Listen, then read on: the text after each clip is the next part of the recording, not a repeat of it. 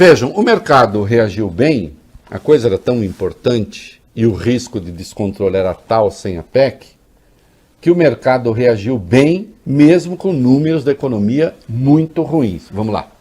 O PIB do país caiu 0,1% no terceiro trimestre desse ano e, com isso, a economia brasileira entrou mais uma vez na chamada recessão técnica. Esse termo é usado quando existe o registro de 2 ou mais trimestres seguidos de resultados negativos na economia.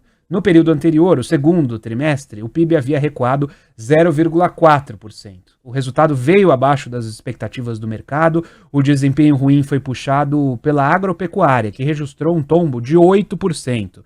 A indústria zerou e o setor de serviços cresceu 1,1%. Com a reabertura do comércio, o consumo das famílias também teve uma ligeira alta de 0,9%. Destaque negativo, por outro lado, para as importações, queda de 8,3%, e para as exportações, menos 9,8% nesse período.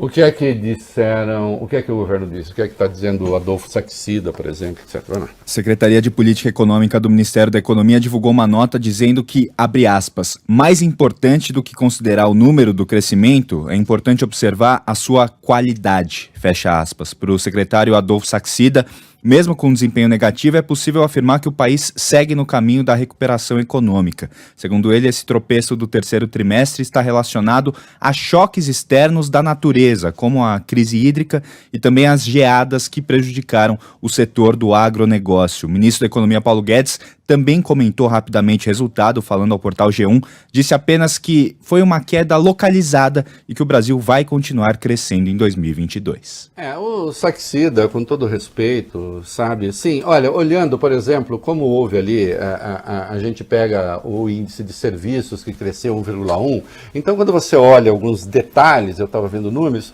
até pode não ser tão apavorante. Agora, ele sabe que isso projeta um crescimento muito baixo, na verdade, mais para estagnação, como, aliás, o mercado tem dito, né?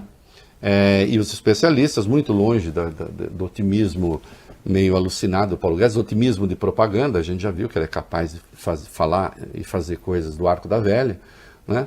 Agora, é claro que o problema das sazonalidades, Vólio Bene, é que as sazonalidades elas costumam acontecer, você entende? Quando não é uma sazonalidade, é outra, né? Se você tem uma base fixa que é muito ruim, né, vem a sazonalidade e ela despenca. Quando não tem sazonalidade? Quando não tem sazonalidade? O raciocínio não é muito lógico, Saxida. Porque como você tem, então, aquilo que realmente é bom, é uma faixa muito estreitinha, muito magrinha, qualquer evento, então, fora do regular, afeta de maneira importante aquilo que não é bom. E você sabe disso. Mas também não acho que seja seu papel falar, ih, gente, tá ruim demais. Eu entendo. Mas também não é meu papel dizer que faz sentido. Porque senão a gente fica assim, né? Fica como a inflação de alimento, aquela que viria e logo iria embora. Ela veio e não está indo. Agora foi geada, depois vai ter seca, depois vai ter não sei o quê. Então nós sabemos que é ruim. Sabemos que é ruim. Não adianta tentar adorar a pílula. Tá certo?